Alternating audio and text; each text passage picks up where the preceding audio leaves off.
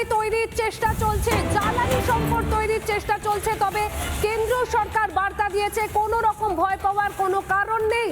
রাজ্যে জ্বালানি সংকট তৈরির চেষ্টা, কালোবাজারিদের একের পর এক পর্দাফাশ।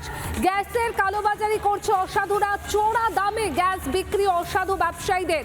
সাধারণ মানুষের মনে আতঙ্ক তৈরির চেষ্টা। তবে কেন্দ্রের তরফ থেকে বার্তা দেওয়া হয়েছে, ভয় পাওয়ার কোনো কারণ নেই। আশ্বস্ত করা হয়েছে সঠিক সময় গ্যাস পরিষেবা মিলবে। গ্যাসটা কি করতেন? বিক্রি করতেন। হ্যাঁ, আপনি কি গ্যাসের ব্যবসা করতেন?